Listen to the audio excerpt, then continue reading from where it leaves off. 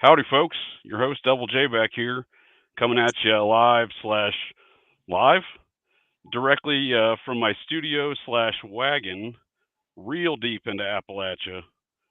And joining me tonight for a shenanigan infused journey into the mind of this particular garbage can dude is my dude Dan Dean, Guinness Book of World Record holder, stand-up comedian, and U.S. Marine and Army veteran. How you doing, Dan? Man, I didn't realize that doing this live thing was going to fuck up your intro so bad. Yeah, well, we all got to start somewhere. How's life treating you, bud? Man, I can't complain. I mean, I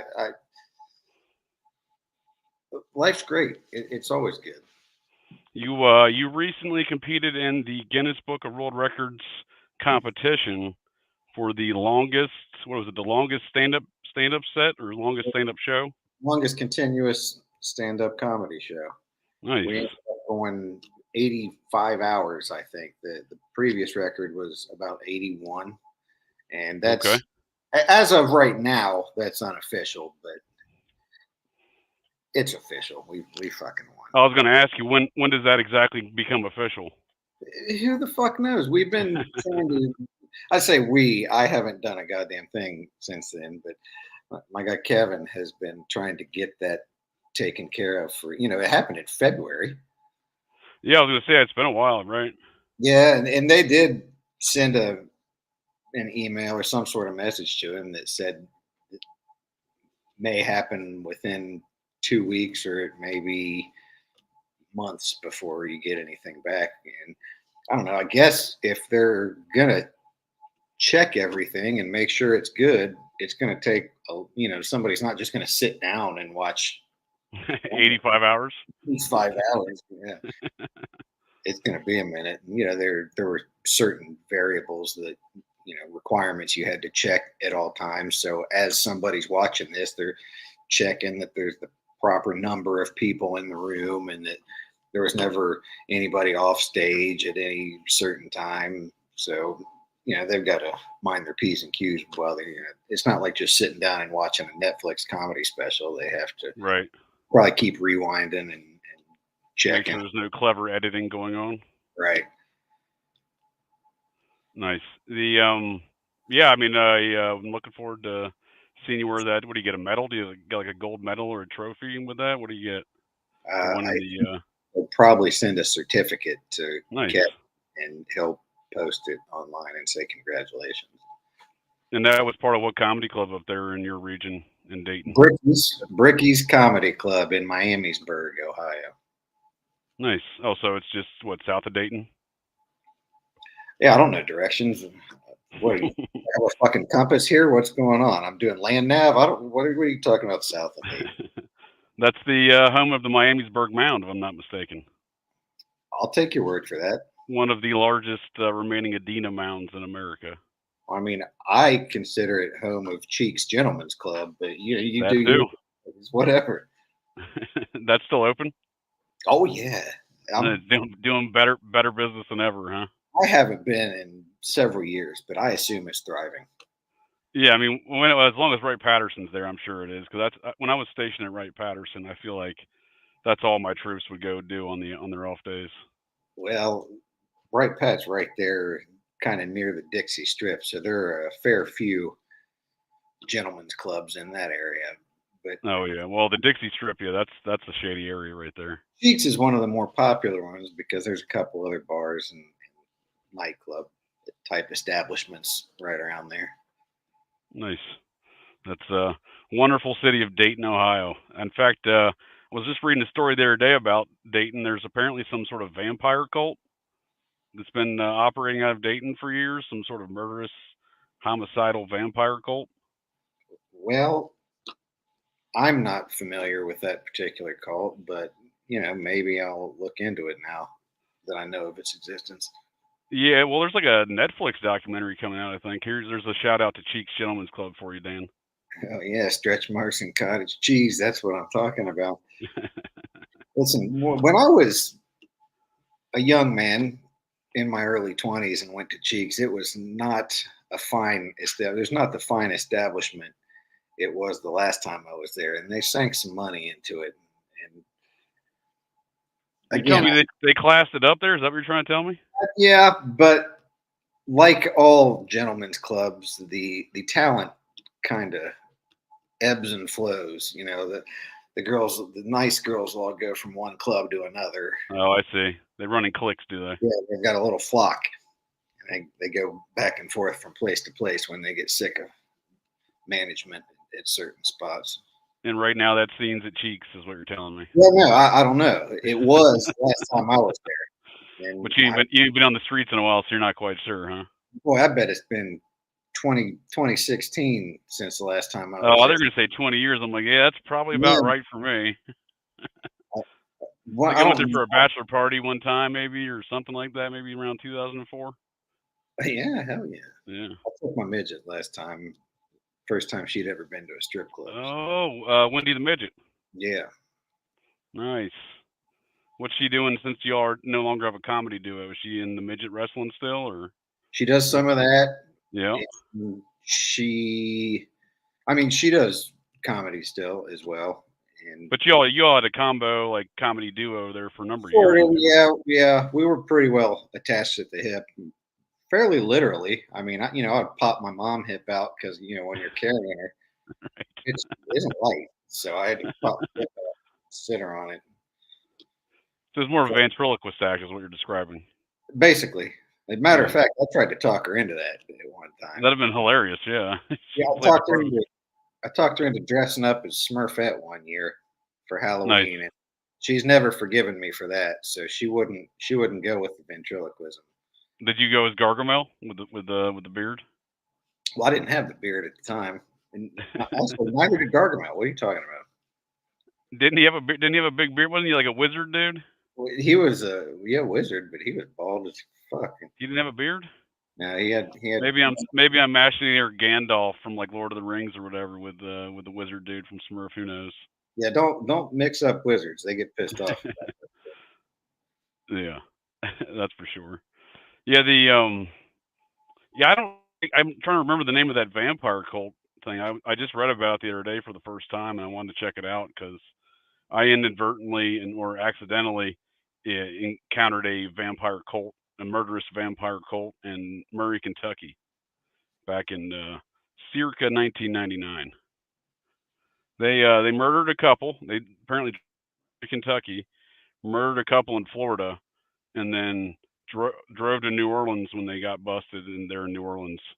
But the couple interestingly enough, the couple they murdered in Florida, was the parents of one of the new recruits in the cult. Her parents or her father was her father's father. So the murder victim's father was the son of Billy Graham's attorney, the evangelical preacher dude. Billy Graham's attorney's son was the murder victim. I was like, oh, that's strange. Why is it's a weird connection of like religious activities, right? Murderous vampire cult and and then Billy Graham's attorney. Yeah, just got a comment here from my dude Doctor Doom Mento Mori. He goes by many names there. The good doctor. But yeah, there was two vampire cults in the '90s. That was the one I encountered was Murray, Kentucky. I later learned there was another one over there on the east side of the state, right around the same time. Seemed to be a lot of murderous vampire cults in Kentucky in the '90s. Well, I mean, what else are you going to do in Kentucky? Yeah, well, what else you can do in Dayton besides join a vampire cult? Well, I googled this when you mentioned it since I'd never heard it before, and it says that as of 4 hours ago, Netflix will not air this documentary. Uh-oh, the vampires have rioted, have they? Yeah, they're shelving it. It was called Vampires in Gym City. Okay, is that the nickname for Dayton? I didn't know that. Yeah, the Gym City. Gym City? What kind of gym we talking here? It's a real So gym of a place. I'll tell you that much. I think that's probably where it came from. I don't know why about that. This is the Coven in Dayton was the second largest in the United States. Yeah, that's what I was kind of shocked to read some of those details. I got to look in more to why now Netflix has decided not to air that with all the other garbage that they put on the airs. Yeah, it is kind of tough to find anything decent to watch on Netflix these days. No, for sure. Well, I mean, they just produce hot garbage for the most part. I mean, as far as anything worthwhile watching, I'm very critical of the things they leave out of a lot of their documentaries and the narratives they're trying to spin. Well, but you're pretty critical of that for any documentary. Oh yeah, I'm.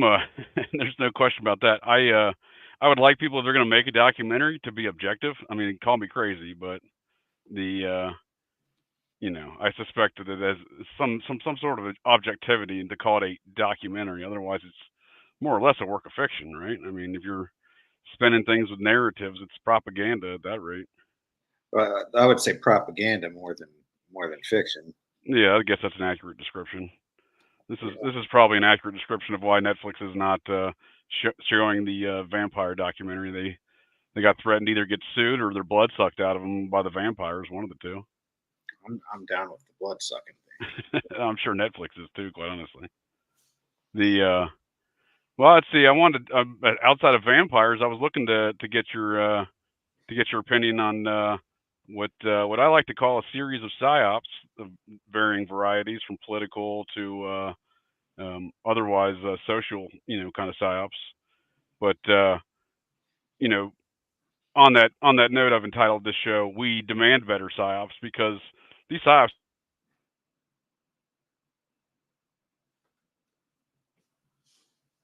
I lost you world there. 2024. Oh, Uh, am I back? yep, there you are.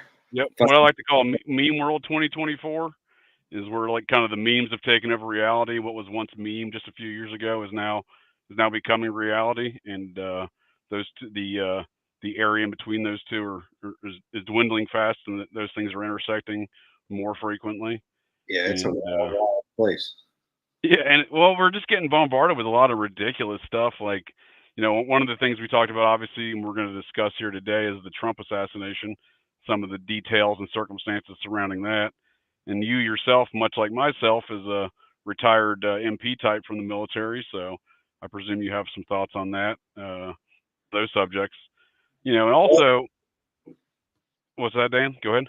I was going to say, as far as that goes, and I told you this, and I've said this to you many times. I'm not what you would consider a traditional conspiracy theorist. I don't buy into a lot of that shit, but I'm open to hear Sure. everything. I love listening to the theories and trying to open my mind to them. But when you had told me, and maybe I'm jumping the gun on this a little bit, but you had told me that the idea is floating out there in the universe that perhaps the CIA had been. What did you tell me? They were using. Uh, Fucking goddamn I it! don't know. It's hard to tell. You're asking me what I told you. It's hard to tell. I come up with so much stuff. I know. I don't know why. As far as like a dual, I almost think there's like a dual shooter situation going on. Like one intelligence faction of intelligence agencies had like their guy, and then the opposing intelligence operation factions had their guy, and it's been kind of jumbled up in that battle between the two and the details surrounding them. And I think there's evidence to support these conclusions as well. On and above the fact that basically there was an entire stand down of security operations that day for Trump. For the detail of Trump. Sure. But what's the goddamn thing for the Kennedy assassination with the mushrooms and psychedelics? Oh, MK Ultra. MK Ultra. Jesus fucking There Christ! we go. You told me that. Yeah, no, I did send you something about that, didn't I? Yeah, okay. It's the first time I've ever heard a conspiracy theory where I didn't immediately say, "What the fuck are you talking about?" That's the first time that I said, "Well, you know what? That makes sense, and that explains a whole lot of shit." So, I don't Yeah. know. Maybe I'm Well, being.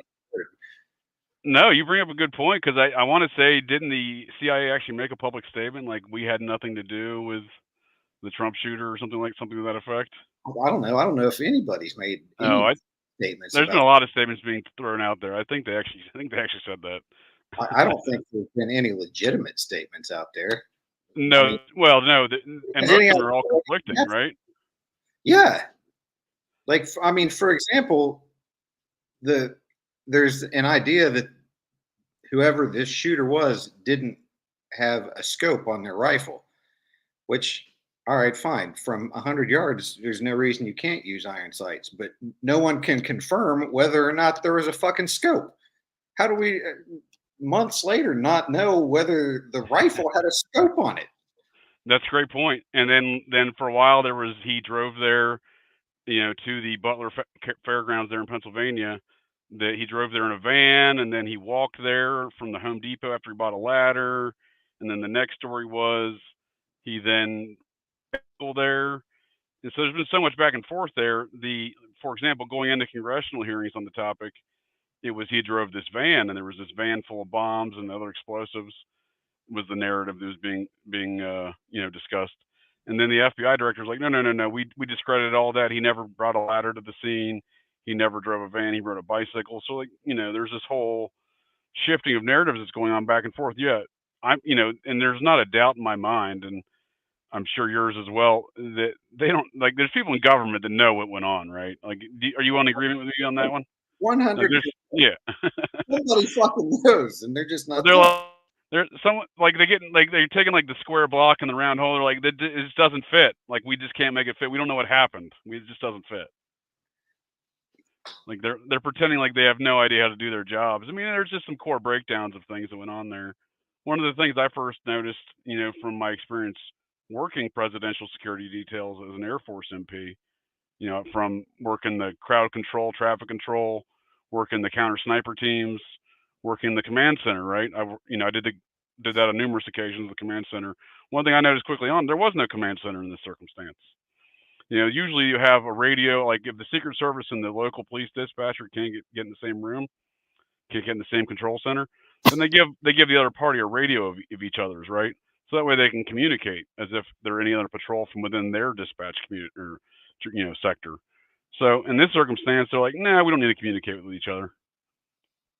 Well, that's kind of the thing, isn't it? I mean, nobody seems to know what's going on anywhere, and this isn't like they were shooting from the hip on this. This Right. is president slash former president of the United States making a public appearance. There are going to be SOPs on that, and you're going to do everything by the book, the way it's been done hundreds of times, the way it's supposed to be done according to them. Yet Absolutely.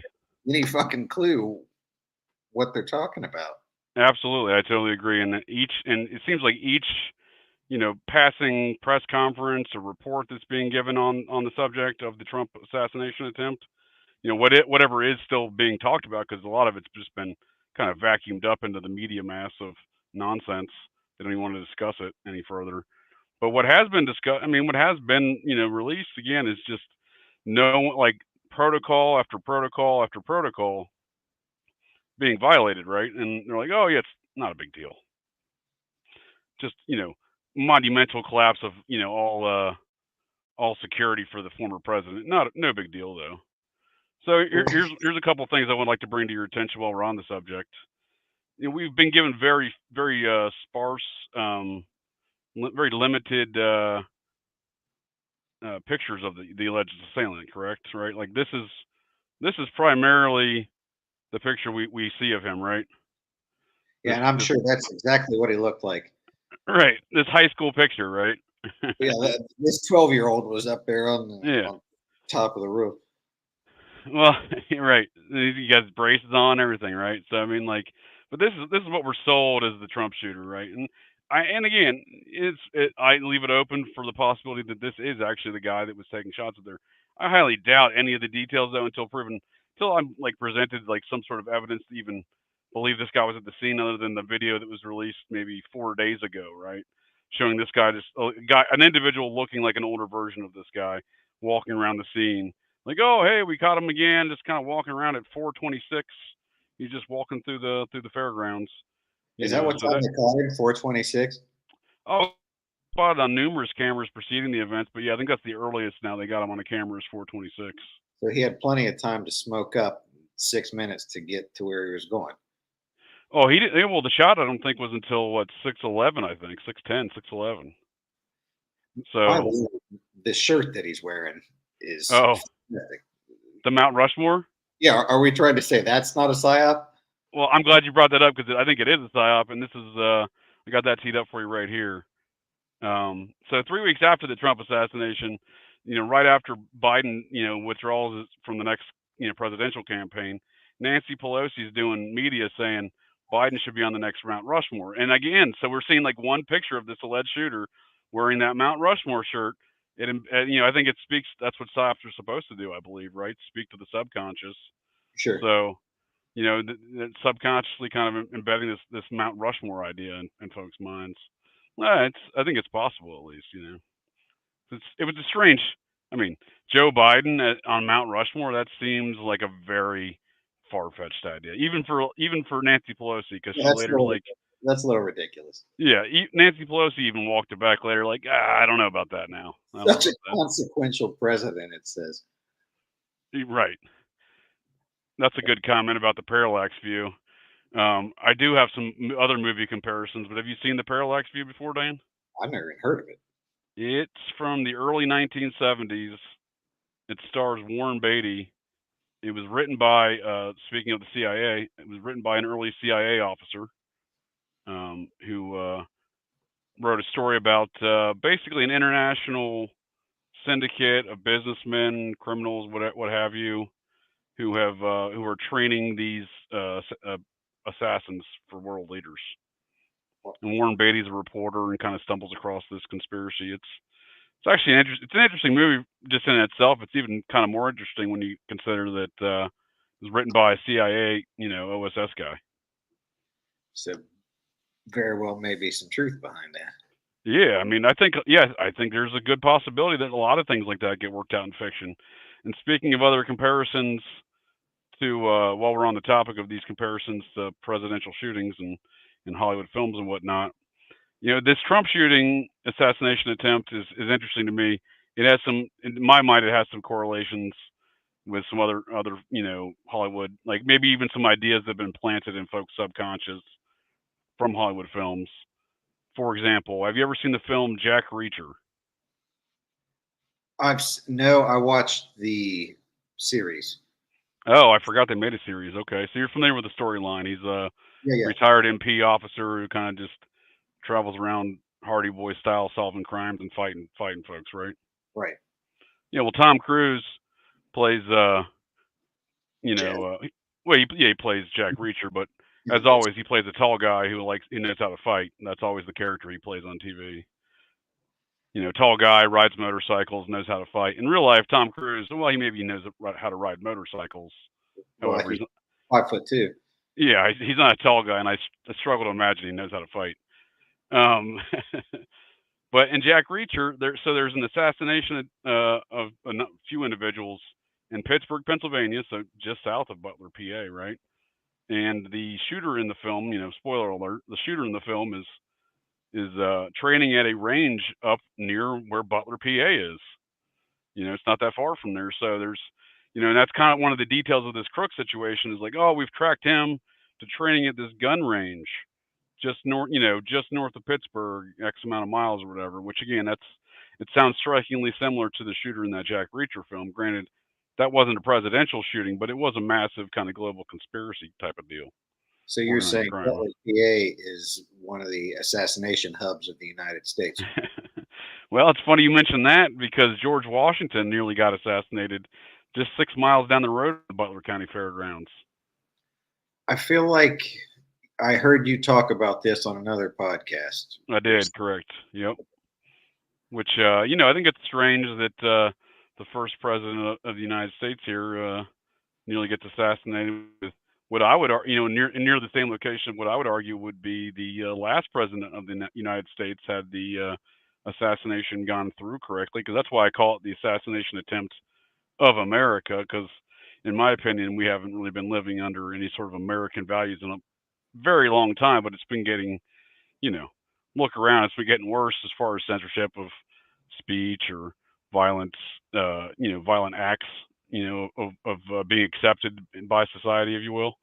Um, you know, these aren't the things that I think are very positive for America. So I think, in my opinion, had that assassination attempt gone through, a lot of these things would have been, continuing on the status quo of things in this country, be it socio or politically.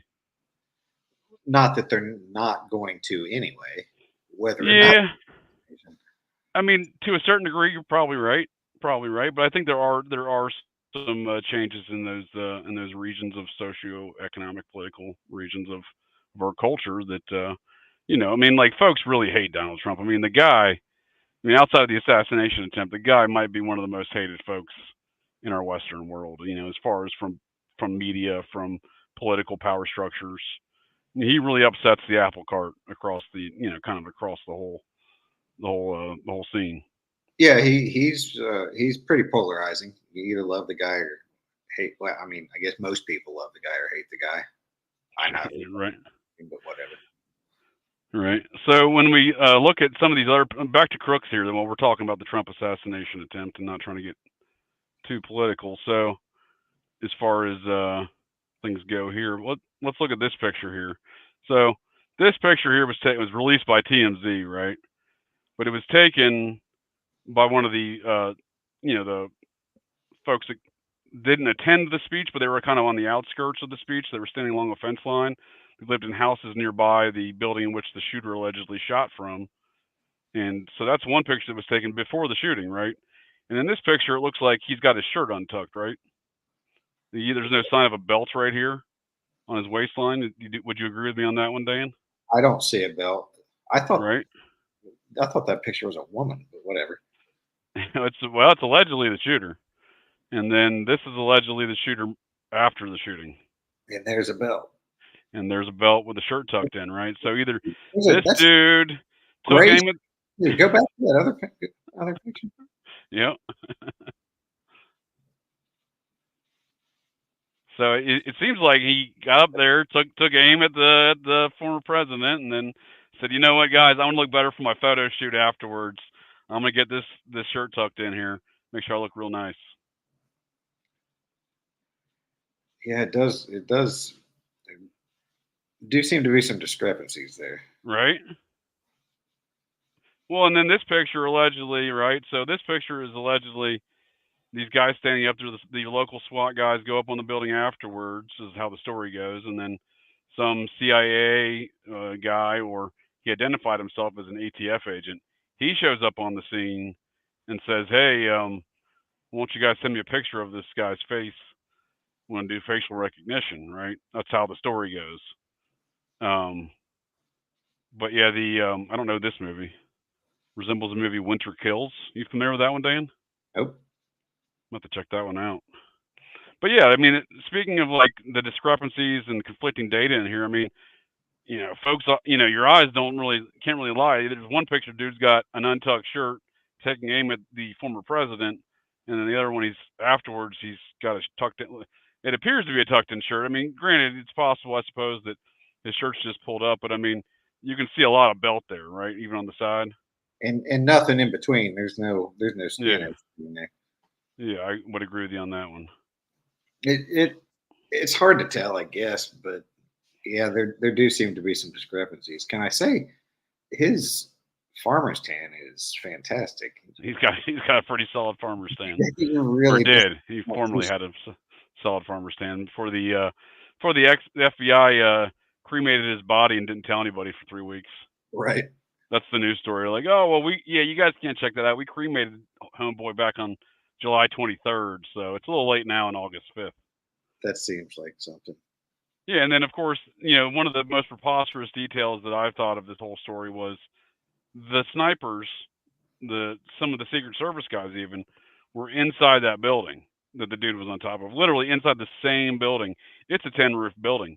If there's some dude running around up on top of the 10 roof, don't you suspect they're going to hear that? I mean, Cause there of are alarm, maybe, perhaps. a lot of things you might suspect. Yeah, it just seems like every new detail they release with this gets more and more ridiculous. I mean, and from moment one, like it hasn't looked good at all since the beginning, in my opinion, because immediately that was a headline that came out days afterwards.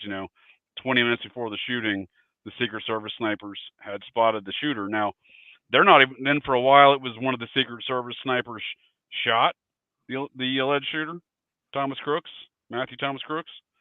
Now the story is one of the local SWAT guys who wasn't even in an elevated counter sniper position. He was on the ground apparently. What they're just trying to describe. He saw it, ran over towards the building, took a shooting position, and then fired on the alleged shooter and hit his rifle. I guess allegedly hitting his rifle, and the rifle blew up in his face. Apparently, that's Well, the current tale. I heard the story somewhere, I don't know where, that one of the counter snipers had him in their sights before the shot was taken and was Yeah, told not to fire. And yeah. then the shot was taken and then they fired. What do you know about that? No, that certainly was one of the narratives that was being spun. I think that was kind of early on, like on this headline where it says back on July 18th, the Secret Service had him for 20 minutes before the shooting. Right. Now, given the details you know about the circumstance, I mean, can you imagine a scenario where anyone is getting within half a mile, even a quarter mile of this location? Because there's outer checkpoints, right? Like if you're acting all shifty, walking in or riding a bike with a rifle on your back, someone's going to spot you, right? Like it's strange credulity in my mind to believe this guy just wandered in there with a gun on his back, rangefinders. He had a rangefinder at one point in time. I mean, it just seems so silly.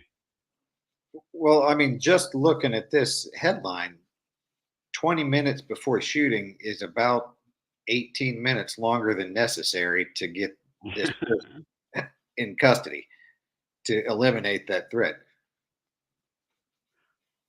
No, absolutely.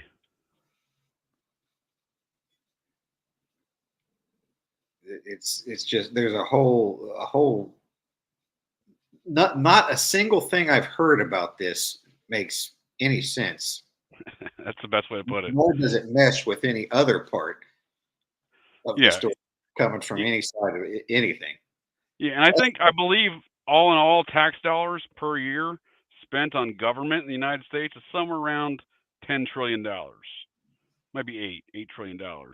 All in all government, all appropriated funds towards government, at every level of government, right? And out of $8 trillion, I expect better psyops than this. You know what I mean? They're going to try to shoot former president, likely soon to be president again, Trump, and they can't even get their story straight. You know what I mean? That's what I'm saying. Like there seems to be multiple competing factions of intelligence operations involved in this matter because I've never seen anything like this. The narratives change so routinely, but like there's just a vast change in the narrative, and like at each point in time, they're like, oh yeah, well we just didn't do that, or we didn't do that standard protocol, and we just decided to ignore that standard protocol. Like I expect better psyops out of $8 trillion, $10 trillion worth of government. You know what I mean? But yeah, I just think that do better is all I'm saying. I mean, yeah. So government. I don't think you can have a government without running psyops on people to some regard, but I mean, do it's better. almost like they can't even do makeup on a daily basis on Trump because you know the wound that he had is no longer there. Yeah, Like it they just can, kind of disappeared, didn't it? yeah. I mean, that's another element I think of the psyop too. Like, did he really get shot? Because I don't in know the of any. aftermath, I don't know of any bullet wound, no matter how superficial, that it still at this point today would be healed. oh, for sure, there'd be a scratch, there'd be a scab, there'd be something, right? Yeah. Something. So sit him down in the makeup chair every day, and that doesn't out of the $8 trillion or whatever. Take $100 and give it to a makeup artist to do Yeah. that special effect every day. I mean, even the bandage he put on was kind of psyopy, right? Like he had the giant kind of My Pillow like bandage, like was like sponsored by My Pillow or something. It was so damn big. It was pretty monstrous. Yeah, Did you happen to hear his interview with Theo Vaughn? I did. I did. And What were your thoughts on that? boy, he just is very nonchalant about that whole thing. Oh, About very. he just kind of talks about it. And he says, like he doesn't know. He said, "My son tells me I'm pretty lucky Right. that 120 yards wasn't very far away. Yeah, no shit, buddy. Yeah, I mean, is it a hard shot? It's not an easy shot, I don't think. I mean, you're familiar with firearms. I mean, it's not so much the distance to me. It's the stress the shooter's under. It's the breath control. It's the targeting, right? It's getting, his making sure his nerves aren't shaking, right? Yeah, but 100 yards isn't very far. Yeah, and he did miss apparently too. If he did take the shot. So I mean, I That's suppose. what you said, that for a well-trained sniper, maybe that was a really good shot, depending Yeah, on what side he was on. And it's true. my Yeah, counter to that was, maybe he wasn't a very well-trained sniper. yeah. I did enjoy. I mean, it's a good point. I did enjoy Trump's appearance though on Theo Von when Theo Von was explaining to Trump how he was recovering coke addict and recovering like drunkard, and Trump was just super in. He's like, oh man, he's like that's wild. And Theo Von's just dropping all sorts of crazy like adjectives on him, describing these experiences he's gone through. And he was counter questioning him about it. But did you notice that Theo tried to turn the interview, and he was asking him legitimate questions about some of Trump's policies and what he was going to do, what direction he was going to head. I think they were talking about healthcare at the time. And Yep. Trump immediately turned it around and said, it's kind of like that whole addict thing that you were talking about before. So what do you think about? And he just U-turned the conversation with the greatest of ease. Oh yeah. Completely avoided the question that Theo had asked him and turned it around and took the conversation in a different direction. He's kind of a master of those I was going to type say, of it was pretty verbal masterful stuff. judo activities. Yeah. Yeah. As far as politics go and politician responses, that was a masterclass right there. Oh, I mean, yeah, he definitely knows what he's doing, especially when they put a camera on the guy. I mean, he produced and starred in the largest reality show, like the most popular reality show in history, I believe, of reality shows or TV for that matter. Possibly, I don't know Yeah, I anything. never watched it, but I know the ratings were big time. Right? It was, yeah, several years. It was on for a long time. Yep. Yep. We got some commentary on the shooter's abilities here. My 357 is sighted dead center at 115 yards. Yeah, I mean, yeah, Thrash makes a good point there that especially a trained shooter should easily make that shot for Yeah, sure. as long as your iron Yeah. sights are set, there's no reason to even use a scope. I mean, there's a reason. If you're in this trying to assassinate the president, you should probably be You using. should probably use the scope.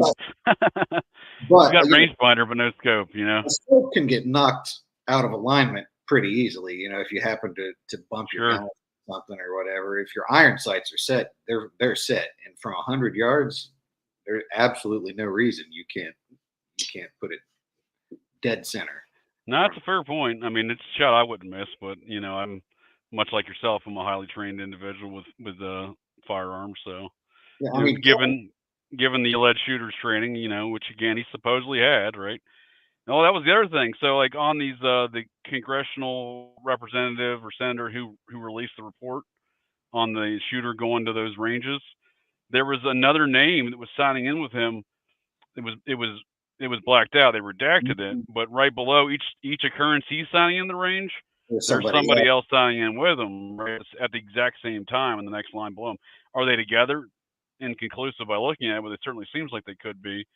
And that was an element of that Jack Reacher story, where the shooter in the movie he was going to the range with somebody, and that person was framing the shooter in the movie as being the shooter by making him look like he was a good shooter at the range, kind of deal. But nonetheless, it's there still is a possibility that somebody was joining this fellow to the range when he was going to train. I mean, again, you've got the multiple shooter scenarios that could be happening, or Oh, I definitely hear multiple shots from like multiple locations in that audio for sure. I mean, just the way things sound. And this is a good point here. I kind of thought it sounded like an air rifle to low PSI. That's a great point, Thrash, because in my opinion, it was a very weapon. It may not even have been a two accomplish the same with a 22 long rifle. Did I cut out again? a little bit. Yeah. Am I back? Am I back? Yeah, yeah, I can hear You you. know All what I right. mean? Though, with like a 22 long rifle, you're not going to have a large, loud discharge. There's not going to be a lot of, noise, signaling your position. It would be a goddamn dream of mine for somebody to try to assassinate the president with 22 long rifle. You don't A think it's legitimate, possible? a I think, legitimate assassination attempt. right? I would love to see that. I think it's, it's not that significantly different than a 2.23 round, to the point where I think you're going to inflict, especially at that range, you're going to inflict a similar amount of damage. I mean, if you hit his ear, probably, yeah. Yeah, right. A scratch. Yeah. Let me see. I think that's all I got on the Trump shooter. Um,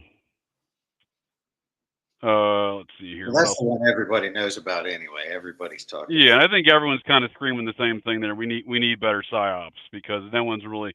I don't care which side of the political aisle, whether no one. I think a lot of folks are not believing various parts of the official story, right? Like, I think this is one of the, like you said, it's one of the times you're like, oh, this could be a conspiracy theory. I think a lot of folks have had that similar thought process where they're like, oh, well, this official story doesn't make any sense, you it. know? This time, I almost can't imagine a scenario where it's not a conspiracy theory. Right. I mean, there's, I think a lot of folks share that same sentiment. there's almost no way that this was just a course of natural events that happened because of one person one nonsense. dude, one dude who has no interwebs profile, who almost knows, and the people that do know him, some folks say he was a great guy, some folks say he was a school shooter. There's like the completely conflicting data there. So yeah, it seems preposterous, really does. Yeah, and just I mean, again, he has no control over the stand down of all the other security forces that's seen that day. And I think there was a lot more stand downs that have yet to be really, announced publicly, as far as what should have been going on and what really went on. For example, Trump scheduled that thing 10 days out, 3 days out from the event. So on July 10th, he scheduled it on July 3rd. July 10th, Joe Biden schedules a dinner in Pittsburgh, Pennsylvania, and they shift some of the security element from Trump's uh, upcoming event over to the dinner on the. So she scheduled on the 10th a dinner for the same night as the Trump rally on the 13th, right? So it's almost like Trump schedules the rally, then the Biden schedule the dinner, right, a week after that, and then they're both held on the same day on the 13th, where they shift some of the Biden detail or the Trump detail over to Biden. Also, in this event, this was the first time that news was broadcasting live for a Trump rally this year, and it was the first time that Trump had counter snipers at an event. He's been going with no counter snipers until that day. How weird is that, right? Like, No, oh that's wait, the coincidence. first day we get counter snipers out there, we got a sniper on our hands, guys. Yeah, yeah. Probably nobody knew. And also, at what point in American history would there be an assassination attempt on a president? And a week later, it's like it's no big deal, and nobody's even Yeah, really talking about it anymore. yeah, they memory hold it pretty quick. Yeah, that's a good point. Yeah, yeah. Here's another detail. He supposedly had encrypted social media and encrypted, like, I think, financial accounts through numerous foreign nations, primarily out of Europe, I believe. Hmm, yeah, Which, that again, it just seems like a ridiculous. Again, this that kid in the did braces. all of these things with no record of him doing these things. Yeah, he was probably deep on the dark web. I mean, it's certainly possible, because so when it first happened, I was like, "Is this kid? Does it even exist?" So I started looking around. I found his high school's YouTube page. Someone had posted it on Reddit or something. You sent that Yeah, to me. so that's the one I sent to you, right? About the MK Ultra type of stuff. No, just about. Well, I guess maybe sort of, but this was the AI, the computer stuff that he was Yeah, but part of. it was brain computer interface stuff that he was working on out of a high Right, school program. Yeah. right. And That's, there were only like 1,000 views on this video. Like, what the fuck? yeah, I know, right? Yeah, and I was shocked to find it was still up, a week or so after the event. That but it was clearly the same guy, right? He's clearly that kid. I'll post a link to the video if it's still up. I'll post the links of the show.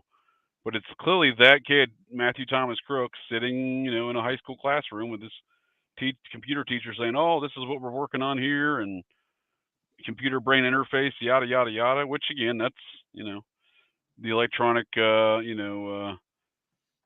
these electronic aspects to mind control. It's not just kind of like hypnotizing somebody, right?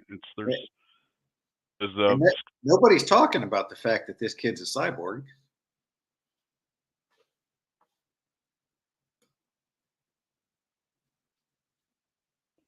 we good? Back? You're back. Okay. You were saying no one's talking about what?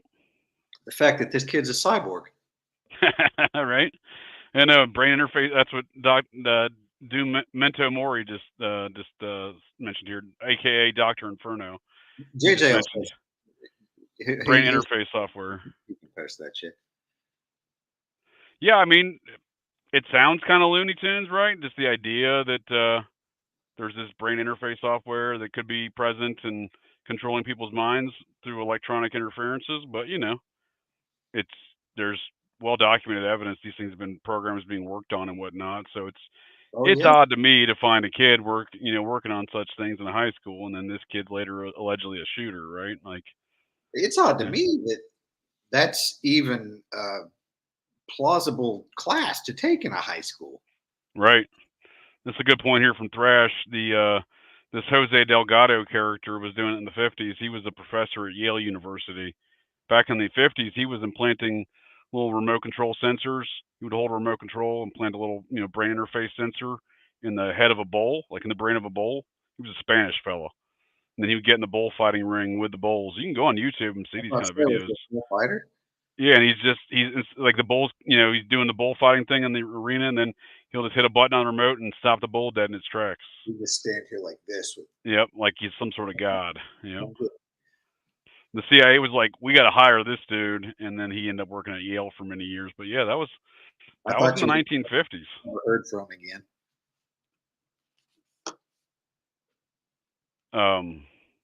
So yeah, all of these things I think are certainly possibly could be occurring, but even if they are occurring, I still demand better psyops. Well, especially if they're occurring. If that kind of technology exists, then why aren't you using it, right? I'd be a little upset they're not employing that technology. Right. Again, we funded it. I mean, put it to work, right? I didn't know this about Timothy McVeigh. It's somewhat not surprising, but because I think to a certain degree, like whether it's electronic interface, whether it's hypnosis, anytime one of these very polarizing events occurs, somebody is impeding. Like somebody's in there with the puppet master, doing the, dictating what the actions of these people. Because again, they're obviously not doing. I don't think even if this kid was a shooter, I don't think he did it under his own recognizance. Like somebody's impeding on this kid's thought process, be it through some mechanism, whether electronic, hypnosis, that kind of thing. So, but yeah, I would be upset too if we aren't, if these things are not being employed, if this technology does exist, which again, YouTube videos can show it back in the 50s existing on things like a bull in a bullfighting ring. Nearly all terrorists targeted by the counter-terrorist programs have connections to GATE. Yeah, that's a good point there, Dr. Inferno, because that seems to be the recruiting ground for a lot of activities is the GATE programs, or we called it SPAN at my school. I don't know what you guys called it there, Dan. Did you guys have like an advanced or gifted kids program? If so, I wasn't involved in it. they didn't notify. I don't even know what GATE means. I don't remember what the acronym means. It's a gifted program. So okay. it's they're doing all the testing, and like I remember testing in like 3rd, 4th, 5th grade, that kind of thing. I was recruited but never joined because of other issues apparently. Largely, I didn't care to be there. So I never wanted to do the activities. There were 200 people in my rural farm school. We were lucky to have pre-algebra. Yeah, that's a good point. We were a little bit bigger than that. We had 200 people in my class, so yeah, not a big school, but yeah, bigger than what you had for sure. Yeah, I don't know. I mean, I don't know if that was in Ohio, whether or not that was funded by the state. I assume it was funded by the state, but I don't know. Again, I never really participated. Didn't want to. So, all right, let's see what other We were supposed to, let's go on to our next topic here, Dan. We were supposed to have Darren the Brit join us, or at least I invited Darren the Brit to join us as always. But He couldn't make it. He's currently on double frontal lockdown over there in the United Kingdom, the old country as I call it. And they're apparently experiencing what we did 4 years ago, the summer of riots. They're mostly peaceful riots, of course, with a holiday and fire. You know, it's a peaceful holiday and fire. Except for the fire bombs. Well, it's mostly peaceful firebombing, at least. Yeah, all right. But yeah, I mean, they're looking like we did here in America 4 years ago, except, well, I can't say except we weren't really threatened as citizens with arrests for speaking up against these type of activities. But that's what they're facing in the UK right now. That's why Darren couldn't join us, is because he's very apprehensive about making any kind of statement, given the fact that they're literally arresting citizens over there and threatening to arrest Americans. You know, there's hundreds of people. This was just very recently they've been pushing here in the last couple of weeks for folks online posts that speak against the riots or the migrants there in the UK. Well, it's almost a loophole kind of in their constitution that there's no freedom of speech per se. Sure. They have a right to the free speech, and the only acceptable variation to that is if it's inciting violence or hate or that sort of thing, which is extremely subjective. Yeah, it's extremely subjective, very arbitrary, and you're right, they don't have freedom of speech laws over there. In fact, there's zones and parks that can go speak freely in, but it's not really the same thing. And to a certain extent, we don't have free speech in America. Slightly more free than they have, at least on paper. But I mean, even in that degree, the UK folks are threatening to extradite and jail U.S. citizens over the same things right now. Apparently, he didn't get the memo that we kind of broke away from those jack wagons, almost 250 years ago. But what are facts to some of these people? You know what I mean? Now, what do you think? Do you think this is legitimate, or do you think this is just some sort of psyop? What are we talking here? UK Police Commission threats to extradite jail U.S. citizens over online posts. I actually, quote unquote, will come after you. I read something similar. It wasn't exactly this. That those specific words don't ring a bell in my mind, but I think it's real. You think this is real? You think they'd actually try to do this? I mean, as far as I can tell, they are doing it, right? In the UK, they are, right, but they're not extraditing U.S. citizens. As far as U.S. citizens, yeah, this is the next step. This is the U.S. citizens is the next step. Yeah, good luck with that. Yeah, it's tomfoolery, right? Good luck with that. Yeah, I couldn't even begin to understand the logistics of that. Like, who's arresting? Is it the FBI? Because they're real good at what they do. I mean, I wouldn't trust them to arrest anybody and ship them anywhere. I mean, they're not exactly competent.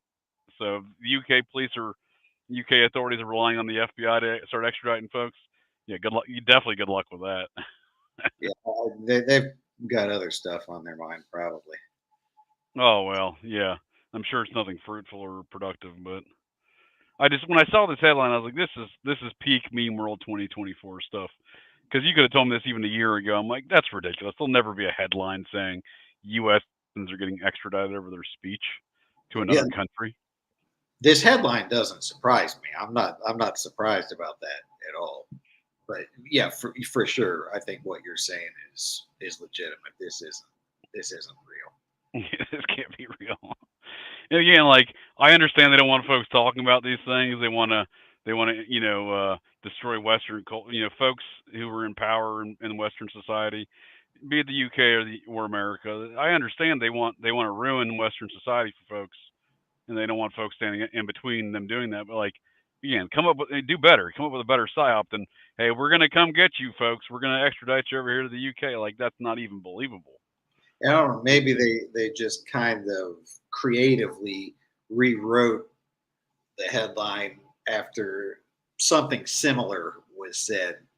Yeah, but I mean, I understand what you're saying, but like, let me put, try this perspective here. 20 years ago, like when there was a crackdown, like unlawful downloading of music and movies on like file sharing websites, if you recall that, right? There was a couple incidents like, oh, the Recording Artists of America is suing this person in Wisconsin for $50 million, right? They downloaded 3 songs, or whatever, off of Napster, name one of them, right? And like, though, I think those kind of headlines, well, I think a lot of that was bullshit, right? Like, I don't think they really started prosecuting all these people, like the headlines read at the time. But on the same regard, like, it was effective, right? Like, people believed it. Like, folks were like, "Oh shit, I don't want to pay $50 million, or I don't want to get arrested for downloading something," right? Right. For That was being back. a pirate. You couldn't research it. Yeah. But like that today, like, and people just like, they laugh at it, like that. We need better psyops because that's ridiculous. Like, no one's doing that. Like, and on the same token, like, no one's going to jail for the downloading and stuff. No one's getting extradited to the UK. Like, I just think a lot of this has lost its power. But nonetheless, they need to do better because it's Well, completely it's silly. like they took their knowledge and their technology from the 90s and early 2000s, what they were using for psyops then, and technology has improved, but their methods have stayed in that time frame. Sure. And I like to equate that to Meme World 2024 being the 4th sequel of the original Meme World 2020, right? And much like Hollywood, Hollywood trilogies and sequels, the subsequent films are always worse than the original. It just kind of progressively gets worse. You know, Friday the 13th was a great movie, but Friday the 13th, whatever, 7, Jason Takes Manhattan, kind of a shitty film, right? No storyline, no character arcs. There's just kind of like Jason Goes to Manhattan, murders people. We'll call it Yeah, a day. sequels are never great. Yeah, so here in Meme World 2024, we're in the 4th sequel of this series. I was hoping it was only a trilogy, but Meme World 2024 gets more memeier every day when we see headlines like this, or have the former president, getting nearly assassinated live on TV, and everyone talks about it for like, barely 2 weeks, and it's suddenly disappeared. You know, these are the things I expect because the same tactics being used in the previous meme worlds, the previous iterations, they don't work now. Like those same tactics, new rules now apply in Meme World 2024. Those same tactics are not going to work. I think this is an example of that kind of coming to fruition. Yeah, it's like almost like they're dropping pamphlets out of planes. That's their level of psyop. Right, right, and we're kind of like 70 years past that being real effective. Right. Yeah. Yeah, speaking of planes, my CIA-backed UFO psyop. I don't know where your CIA-backed UFO psyop is there, good doctor, but there is I, certainly a lot of UFO kind of CIA psyop stuff going on right now. I think he's saying he wants that. Yeah, he does. Yeah, I mean, there's certainly some of that going on right now. I see more and more of the CIA kind of psyop crew. They call them the Aviary, which is a group of scientists that kind of they banded together in the 90s, like, oh, we're here to tell you about these aliens. The aliens like strawberry ice cream, like, Are we, ridiculous nonsense like that. That was an actual statement too, by the are way. we talking about the beekeepers? No, no, the Aviary is like, do you know Tom DeLonge and his To the Stars Academy? The guitarist from Blink 182. Okay. Yeah, he decided he wanted to quit. He's a high-ranking Mason. He decided to quit being a rock star. He's like, I'm going to go. The CIA and the Department of Defense has contacted me to divulge the existence of aliens to everybody. So he's got all these people around him that are Scientologists, that are part of what was this group called the Aviary, which is the same group of people, these spooky kind of scientists, psychologist guys. They're all the ones that are still perpetrating these. John B. Alexander, that'd be another guy in this mix. Thanks, Thrash. Yep. So these are the same guys, Colonel Alexander of the Army. These are the same guys that are involved in numerous iterations of these UFO psyops, some of which are going on right now. In fact, the New York Post just ran an article a month ago saying that a UFO cult is running the Pentagon. Maybe they can fight the vampire cult. The UFO cult versus the vampire cult? Versus vampires for ultimate control. If you throw in Jason, we might have Friday the 13th, number 13 right there. That's the plot line for it. There we are. Jason, UFOs, and a vampire cult. And they all fight over the Pentagon. Let's do it. Let's do it. But yeah, speaking of Freemasons and psyops, and I'd like to bring this one to your attention. I think I mentioned it to you before. Like, we seem to be getting bombarded with Venezuela propaganda, like Venezuela political psyops, and I don't get it. All right, now this one, you said you wanted to talk about Venezuela, and I said that I was going to go do absolutely zero research, so that my reactions would be legitimate. That's true. It's just something I picked up on here. I just it seems like since 2020, like, and it's been going on in the 2022 midterm elections, the 2024 elections coming up now. We keep getting bombarded as Americans. We keep getting bombarded with Venezuelan political psyops, Venezuelan related political psyops, starting in 2020, where Trump there was a fight over who was the new president. I guess they had an election in 2019. This dude Juan Guaido apparently won. Why as Americans we have anything to do with Venezuela politics? Why I should care about any of this stuff is beyond me. That's what I'm saying. Like, they need to come up with better psyops, because I'm literally tired of hearing about Venezuela nonsense. It doesn't make sense why I should care, right? Is anyone under the impression that someone is in charge of Venezuela other than a drug lord? That's an excellent point. And on top of that, the CIA, who's giving the drug lord his marching orders, right? But yeah, so this Guaido fella, Trump invites him in 2020 to the State of the Union. He's the official kind of State of the Union guest of the president, right? That's at the same time the Vatican is backing his opposition. So the Vatican's saying Maduro, who's the guy in charge now, right? Maduro, they're saying that he's the president. Trump's like, I don't think about that. I don't know about that Pope. I'm pretty sure this dude Guaido is the president. But yeah, you see here, Pope recognizes Maduro as legitimate head of Venezuela, right? So there was this weird back and forth, and again, it's being pushed on Americans because they're bringing one of them to the Congress for the State of the Union address. The Pope recognizing Maduro. When is this article? This has been going on. This is still ongoing. So this is from 2020 through current day. I believe this is actually a newer article, but it's been going on for 4 years with the Pope has been backing him. So the Pope backed him in 2020. The Pope's backing him, Maduro, again now in 2024, right? Maduro is currently the president, right? Allegedly, not according to the U.S. Even the official statement of the American government is Maduro is not the president. The Pope says otherwise. The Pope said the same or otherwise in 2020. He won that battle somehow, right, in 2020.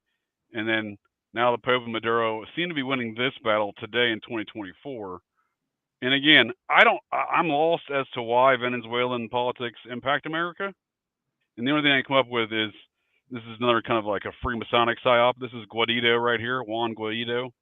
Which one? On the left. Right here on the left. Yep, this fella. This is a Freemasonic picture of him and some of his Freemasonic brothers. The only thing I can come up with is due to the fact that America was largely created by Freemasons and elements of Freemasonry, and opposing the Vatican, right? This is some sort of weird, bizarre kind of Freemason versus Vatican, points of contention that still exist today in global politics, working themselves out, and the U.S. backing one guy and the Pope continually backing the opponents, right? But many people do recognize this Butler as the official head of Venezuela. This Butler, right? Yeah. Yeah, the Butler is recognized by numerous countries, including the U.S. For example, Venezuelan opposition leader thanks the U.S. for recognizing him as presidential election winner. This is a new one. So Guaido's out. Guaido's actually under charges now from Maduro. Gonzalez. Yeah, they're trying to. Yeah, Gonzalez. Yeah, Gonzalez is the new opposition to Maduro. He just competed against Maduro in the 2024 election for president in Venezuela. Again, I wish I didn't know so much about Venezuelan politics, but they keep this. Again, I have no idea why this is news in this country every day, why America's so involved in it. Why is America saying, like, look, we recognize Edmundo Gonzalez Ureta here as the president, and they're like, "Oh, thank you for recognizing me."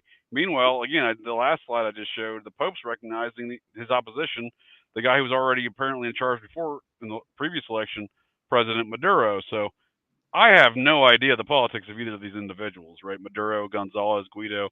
The only thing that I can really come up with is it's a Masonic Vatican situation going on, but like they need to come up with they need to give me a better selling point. If they want to bombard me with psyops about Venezuelan nonsense, like especially politics, like you tell me why I care so much because I mean I don't care. Like and if this is just a matter of distracting us as Americans from our political nonsense and society downfall, well then make up a country, create a fiction. You have a lot of money, create a fictional country, create a fictional leader. Give me some some Hollywood-esque storylines to it. Like I don't or just change up the countries. This year it's Venezuela, next year it's Panama. Now we care about Panama politics. You know what I mean? The following year it's Honduras. This is not the only Central or South American country that we can start distracting folks with their politics. That's why I'm deeply confused with what's going on, but I'm convinced it's some sort of weird psyop. Perhaps it's because Venezuela is the least combustible of those countries. So that's the one. The wealthiest, do you think? I don't think it's the wealthiest. I don't think by any means. It's sitting right next to fucking Colombia. Yeah, but they found a lot of oil reserves down there not that many years ago. Oh, recently? Yeah, in Venezuela. Apparently Putin, the dictator of Russia, apparently, as he's often described, has lots of investments in Venezuela. It's because of the oil or what? I assume so. I think they had a fairly substantial size, like, one of the largest oil reserve finds, I believe, in recent years. Perhaps, but again, Wikipedia, which, by the way, recognizes. Yep. In fact, that was what Lisa here said. OPEC was the reason. Wikipedia recognizes the Vatican's choice as president, but they. Well, does that mean the Vatican runs Wikipedia? Perhaps. They also said that the GDP for Venezuela is like 90th in the world or some shit like that. Oh yeah, well I think they nationalized the oil reserves. I think that was because they're like a socialist type of deal. Like that's the whole we got to fight socialism. I think that's part of the like why folks want to try to say like we got to care about Venezuela here in America. I honestly don't care about Venezuela. The America's kind of in a shithole environment, if you ask me. So that seems to be more my concerns. But again, it's nonstop Venezuela when it comes to American politics because we also had this one right here. As far as American politics go, back in 2020, the whole quote unquote election frauds, and well, I mean there was obviously election frauds, but there's a whole scandal, the quote unquote scandal around it with Dominion voting and the Smartmatic systems. Do those sound familiar to you? No, fuck no. Oh, well, it's like why people like Tucker Carlson got fired from Fox when they got sued because they were claiming the Dominion voting and stuff was all owned by the Venezuelan government, and that's what this is like a PolitiFact. Family of Hugo Chavez, the former president of Venezuela, does not own Dominion voting systems, right? Like that was like oh we fact checked that. That's wrong.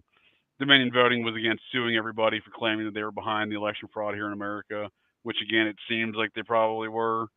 And I just think like part of this is just again it's super psyop. You're like oh Venezuela has nothing to do with Dominion voting systems or et cetera, et cetera. But then you look at more recent news like this one right here.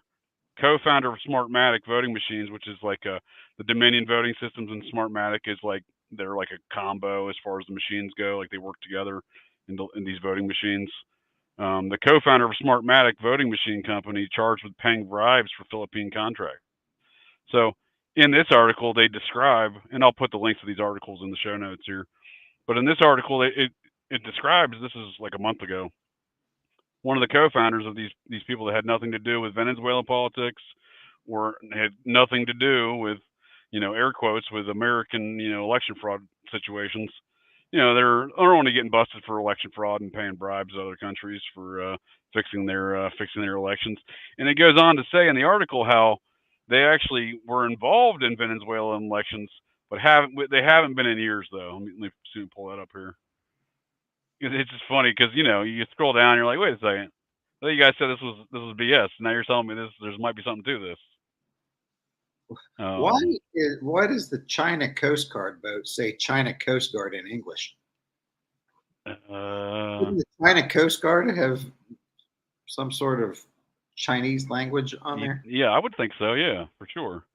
Yeah, but right here it talks about how Smartmatic was co-founded by this guy who just got charged more than 2 decades ago, and its initial success is partly attributable to major contracts from the government of Hugo Chavez, an early devotee of electronic voting. So, they're like, no, Venezuela has nothing to do with your voting machines. But then you scroll down, you're like, oh, well, Venezuela funded this to start it off, so They do, and they might have something to do with it.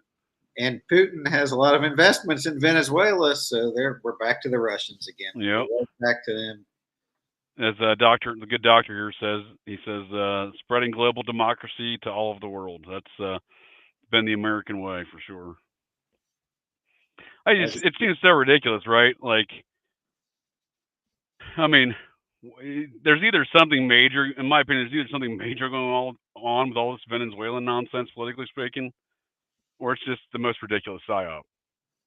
And I'm kind of on the fence about it because then I see things like this. This is just from like a week or two ago. Has a Venezuelan gang taken over an Aurora apartment building? Is that Aurora, Illinois?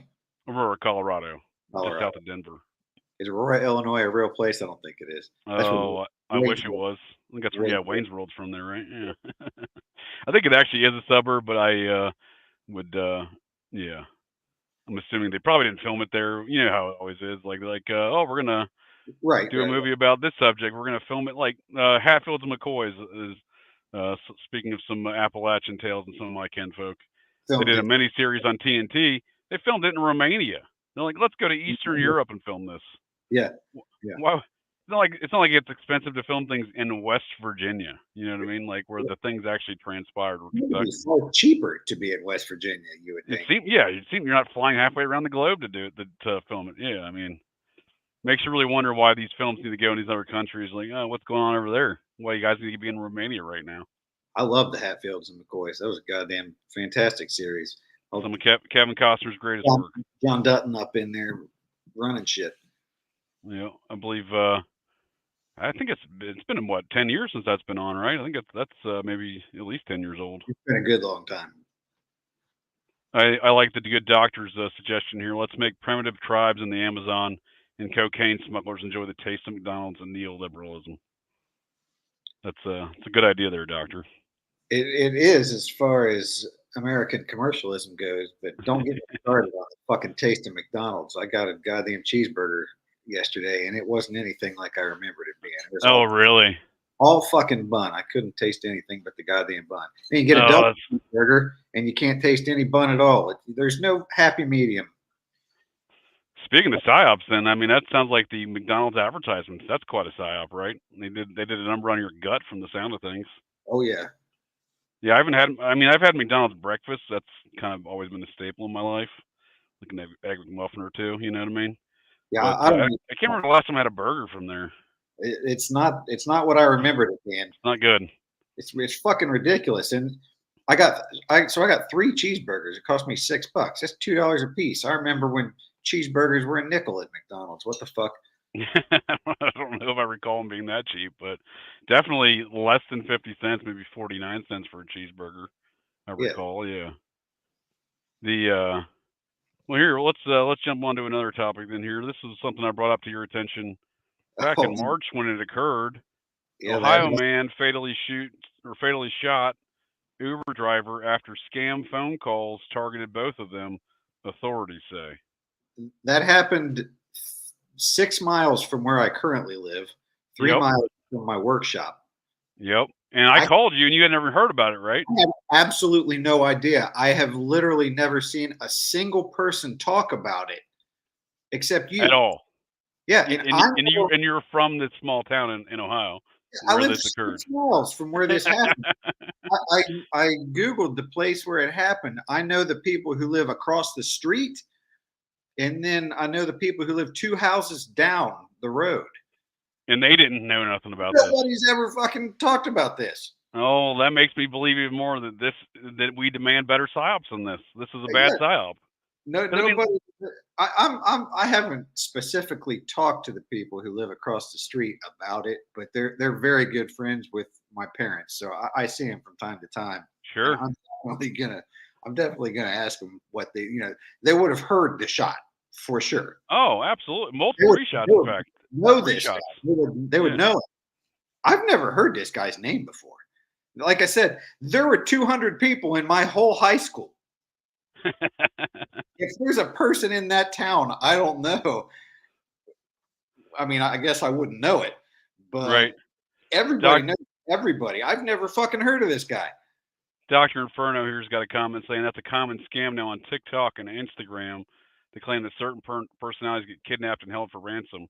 I don't know, but that is kind of what went on here. So in this incident, which again I was kind of dumbfounded when I first contacted you about this. I'm like, "Yo, did you hear about this?" And you're like, "I have no, I never heard about this." So it's even kind of even more speaks to me to the more nature of this that no one's still in your small town. No one's talking about this still to this day. This You know was what in is this? April. 5 months later? Yeah, 5 months, almost Yeah, 5 months to the day, I believe. yeah. I've never heard a single person mention it. Like That's wild. when I was in third grade, a family got no wait. I was in fifth grade. A family got murdered in my town, and it was all anybody in the whole fucking school. Sure, That was the only thing anybody talked about. sure. Now all of a sudden there's another murder in this town, maybe the first one since then. I don't know, but Sure. not a Yeah, single man. person Can't, mentions it. yeah, it can't be that many murders in that town or even in the county. I mean, there's a fair few in the county. Springfield's not a nice place, but Oh, that's right. I forgot Springfield's there in the county. That's good. Solid point. Solid point. But yeah, in your small town, there can't be. You might have a murder like once every few years, if that. yeah, Yeah. Yeah. So people are yeah, gonna. this should be the talk of the town, and like Yeah, the there's details no. and circumstances surrounding this event were all like from moment one were very bizarre to me. But yeah, go ahead, continue. What were you saying? I was just saying there's no town in the continental United States that's more of a gossip town than mine. Like I said, everybody knows Sure. everybody. Everybody talks about the latest goings on, and people know what's happening. That's definitely the impression I've gotten from Tyler and stuff. Talking with him about the coffee shop there in town.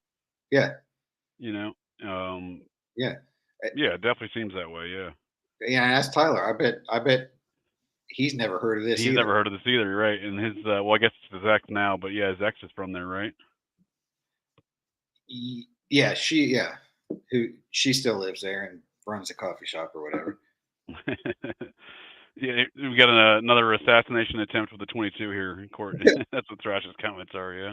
Right. Yeah, so I mean, yeah, so the story is this old dude, this old white fella, and again, it speaks to like some sort of racial kind of chaos that's being trying to be, someone's trying to stoke some sort of racial divide or chaos because you have an old dude, and it was all allegedly caught on the Uber driver's dash cam, which again, I mean, I know people have dash cams, but I mean, they're literally right in front of the dash cam, like they're like standing on their targets to make sure everything's in view of the camera, and the old dude is holding the what I don't know the exact age, probably early 60s black female, early 80s white male, holding the female hostage kidnapped her. I mean, he got arrested for the murder and kidnapping of this lady. Apparently, she came to his house to pick up a package from Uber again, as the story goes. But even if you're ordering an Uber, there should be a record of who ordered that Uber. I imagine like Uber confirms things like you have to like upload like identity verification things. I've had to go through some of this stuff with Uber. So I don't know how this lady's getting dispatched to pick up something from this dude's house. And as the story goes, the same scammers that are sending her there are calling this guy and like, and trying to scam him over the phone. So as the story goes, he thinks the Uber driver is part of the scammer, so he holds her hostage and then murders her in full view of the dash cam video in his driveway in an incident that happened 5 months ago and that you live down the road from and have heard nothing about. Is that kind of a good summation of these events? As far as I could tell, yeah. It's, I mean, again, the scam thing didn't make a lot of sense to me, but the fact that like I don't know, it just the way that was like, it's captured like perfectly within frame. What I mean? It strains credulity for me to believe that this was just some random event where this old dude murdered this lady. Yeah, it's a little wild. And again, he's busting out the small caliber weaponry in which to accomplish these tasks. Yeah, I think what your buddy there was saying is right though. I think it's becoming a fairly common scam. Seems to be. And I think a lot of it has to do with AI. Sometimes they'll talk. He was talking about people getting held hostage. They'll use their voice. They'll make a recording using their voice on AI, so that Sure. it sounds like your family member's calling, Sure. and that, you need to send this amount of money, or they're going to kill me, or whatever. No, I mean these scams definitely exist. And it certainly could have. I suppose it's possible that that's what occurred here. It seems very psyopy. Yeah, Very, very psyopy. yeah. And again, I was just shocked that you didn't hear about it then. I'm even more kind of shocked that this isn't the talk of the town in there in Ohio. Well, if you Google this, there's not a single article or word about it since April. Exactly. That's when this article is from. Yeah, it's a good point because I try to find out the disposition of this guy's case, and outside Right. of looking it up on the court website, there's nothing there. Yeah, what's happening with this man? Did he die in prison? Is his hearing supposed to be pending? What's going on? There's there's nothing. You're right. And the last thing I saw was that he got indicted for the kidnapping and murder of this lady. Yeah. Yep. In April. Yeah, pretty bizarre. Pretty bizarre. All right. Well, that was We Demand Better Psyops close to home to you, geographically speaking. This is a We Demand Better Psyops close to me through somebody that I inadvertently met, not geographically speaking necessarily. This is a fellow I like to call Buffalo Jared. This is a little video I have him right here. He went on a stabbing spree a few months ago. A little video montage I did of him.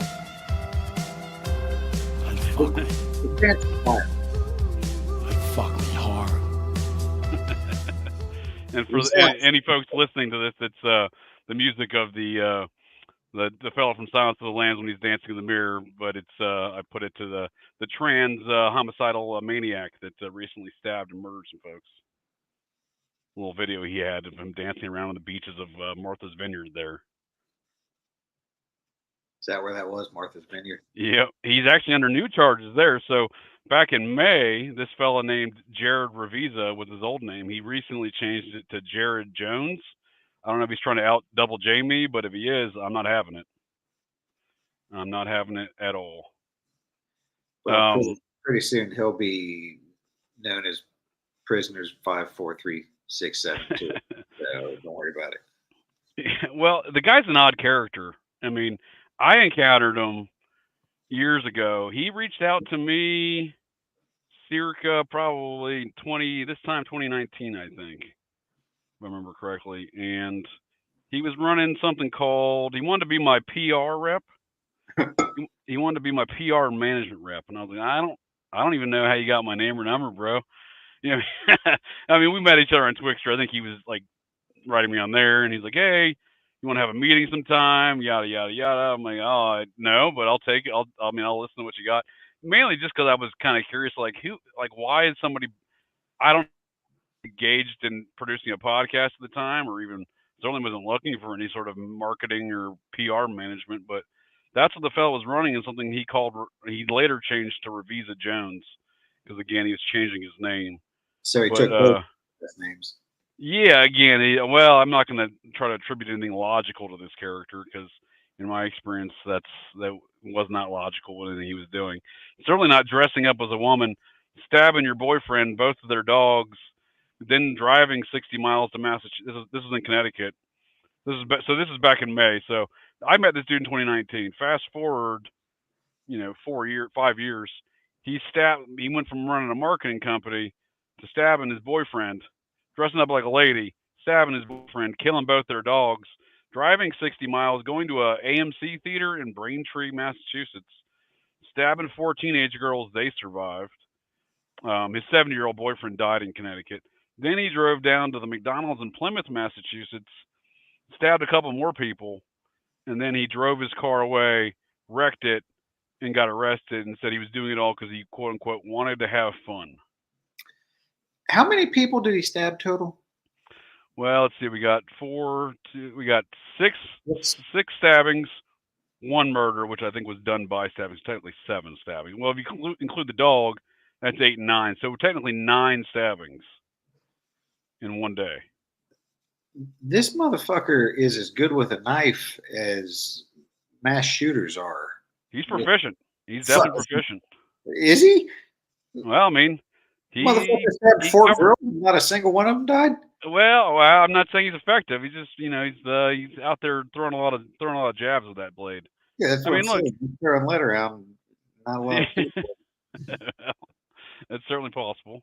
But yeah, I mean, he's running a digital marketing and social media management agency, right? I mean, he's transing it up, I think, during this time by the looks of things.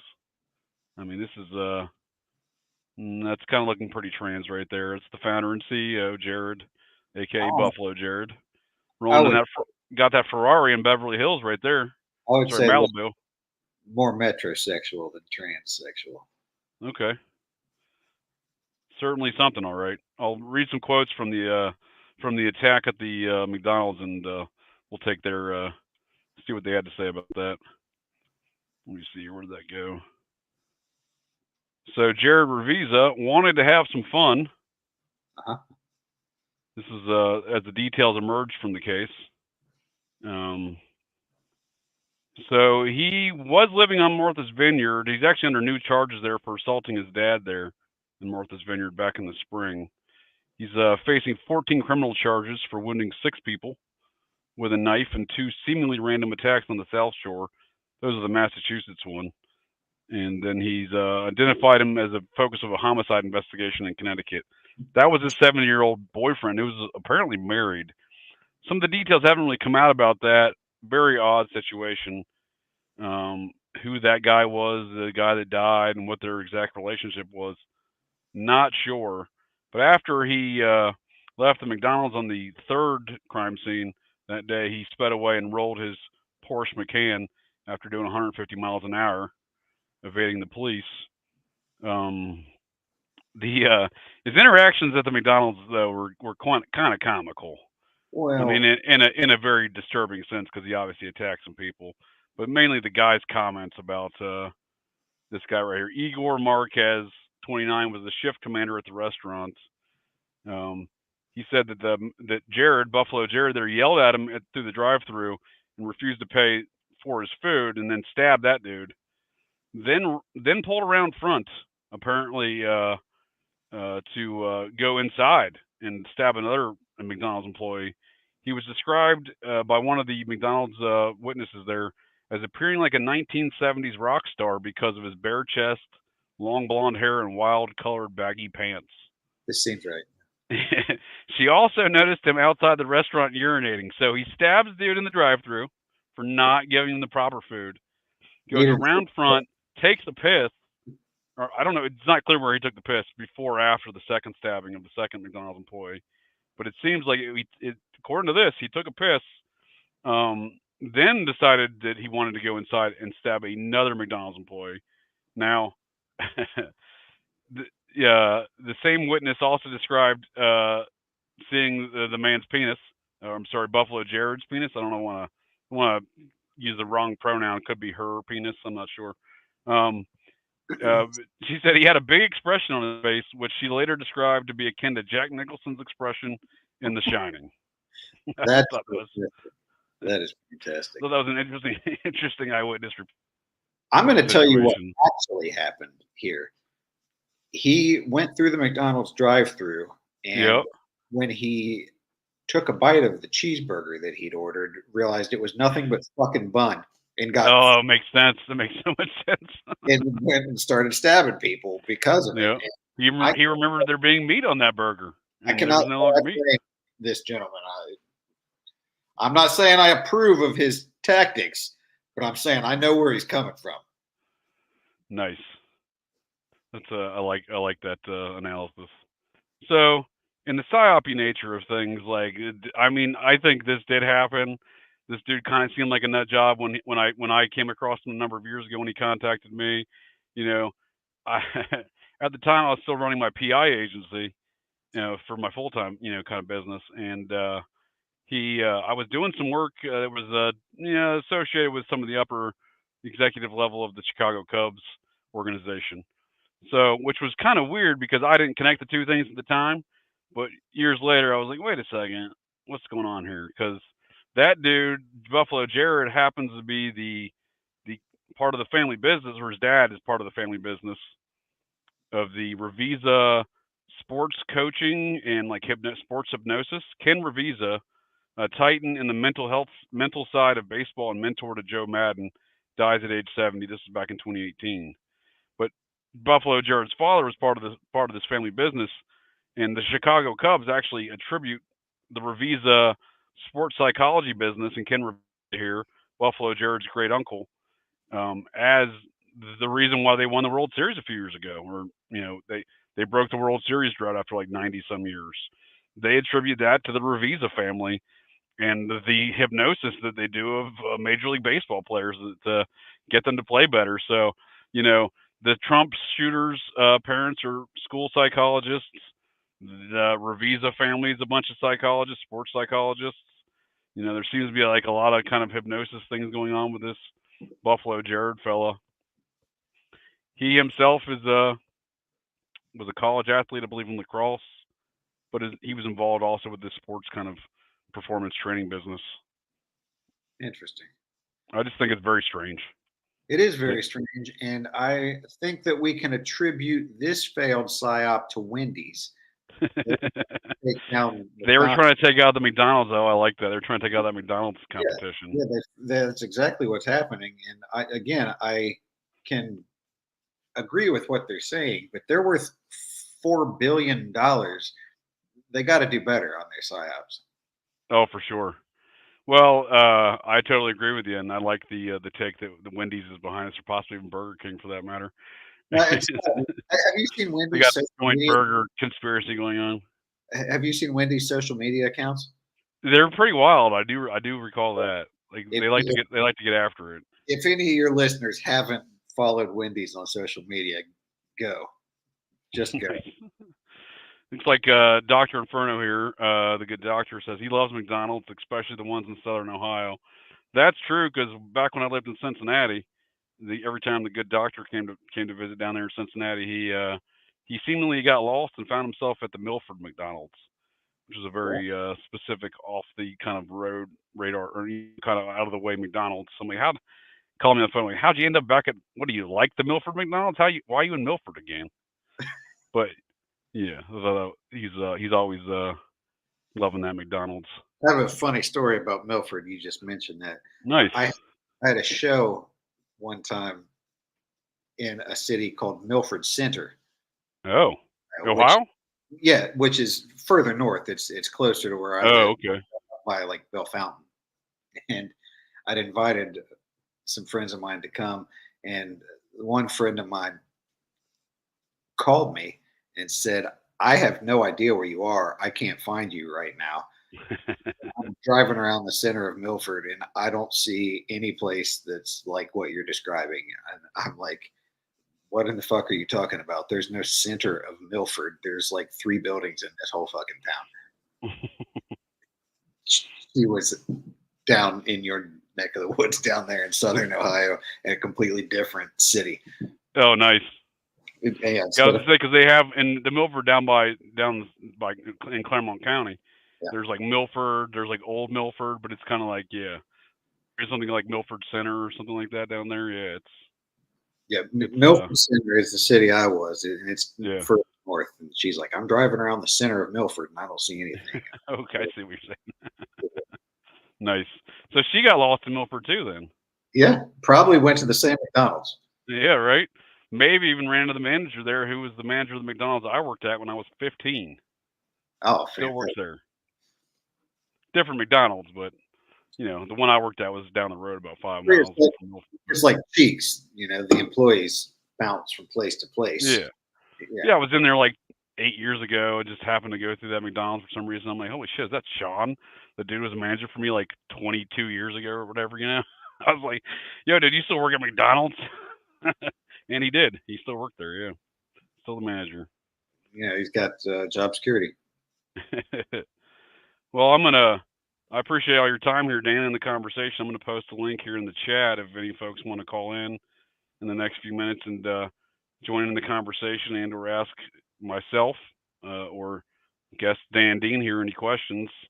Welcome to call in, show your video or audio, either one. But definitely appreciate the conversation here, Dan. And you know, in the topic of tonight's discussion, the we demand better psyops. I think we've highlighted a few of these psyops that are, you know, bush league at best, right?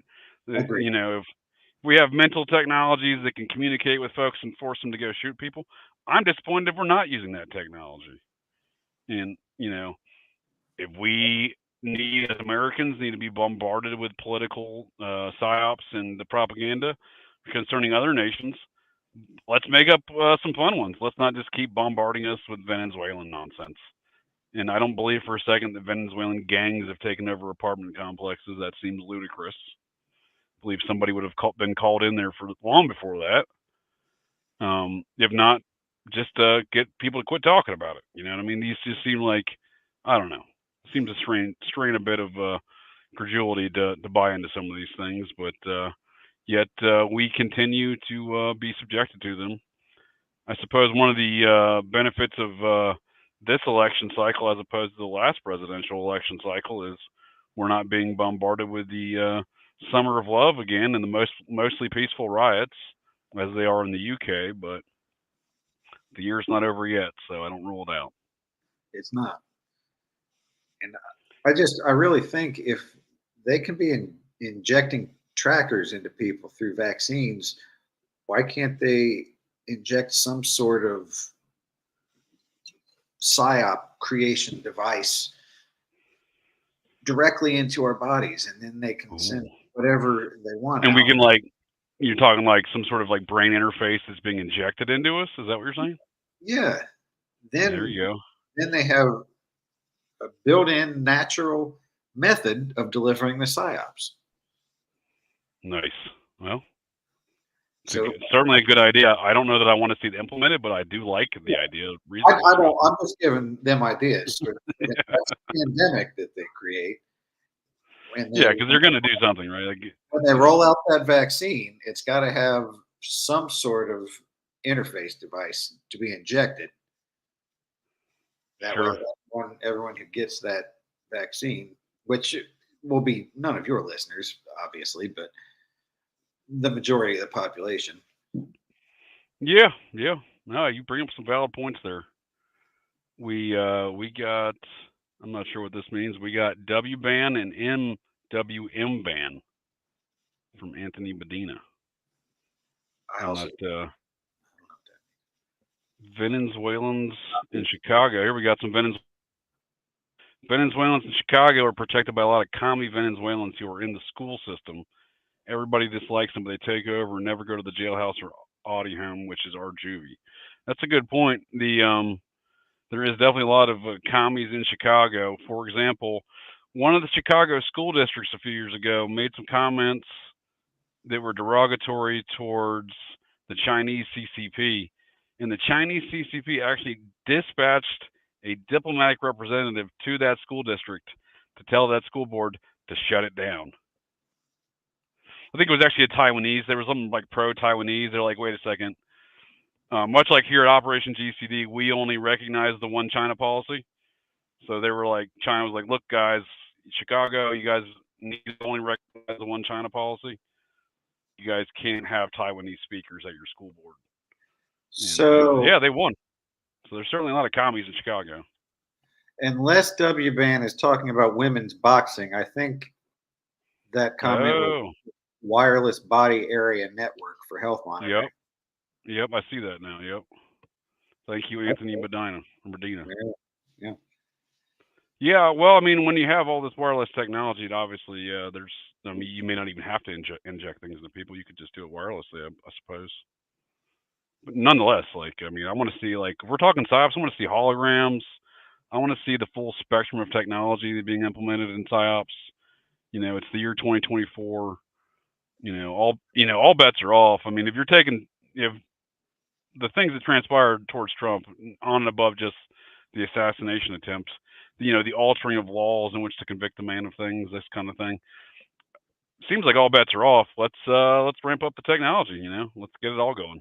Talking about IMAX, Yeah. 4D, holograms, all kinds of. I mean, Well, I mean, look at all these drones, right? These drones are doing these fireworks shows. It reminds me of like that Spider-Man movie where the drones were doing all the like the hologram technology stuff, right? And like you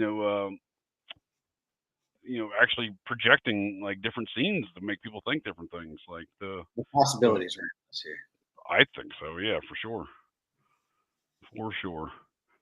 Well, I don't know if we're going to get any more comments here, Dan, or any call-ins, but I do appreciate the chat and you appreciate your conversation here as well, Dan. Thanks for joining me today to get a little GCD and our discussion here of better psyops, just all around, do better. I like the conversation. Do you have any parting statements or comments for myself or the audience there, Dan? I just want to say that I hope you get your check engine light fixed so that you know that it's working. I appreciate it. Augmented reality. That's appreciate that there, Anthony. That's the phrase or the description I was looking for. Augmented reality with all these holograms and whatnot. Right, and if we're plugged into the matrix, start fucking plugging us in. And there you go. All right, Dan. Well, maybe Darren the Brittle join us for the next one. Maybe he won't be on double frontal censorship lockdown like he is right now. But yes, he does. We're going to talk about this conspiracy you're throwing at me that Darren the Brit is a black man. Darren the Brit is a black man. He's absolutely not. Anyone who's ever heard that man speak knows that is not a black man whatsoever. Well, thanks there, Old Car Restoration. Appreciate the comment. Yeah, Darren the Brit, full blown half black, half I believe Jewish, Eastern European Jewish heritage, I believe, Jamaican, and yeah. So yeah, I mean he's definitely a full blown Liverpoolian though, and as I like to call him, a not a garbage. Well, I listen or I watch Welcome to Wrexham. It's just kind of a thing that I enjoy, and they call people from Liverpool Liverpudlians. Liverpudlians, huh? Liverpudlians. So that's what Darren the Brit is, a Liverpudlian. Yeah, I like to call him the rubbish bin chap because it's my British version of garbage can dude. Yeah, that's fantastic. All right, Dan. Well, thanks again for joining me here tonight, bud, and I'll talk to you soon. Yeah, I'll see you later, man. Out here.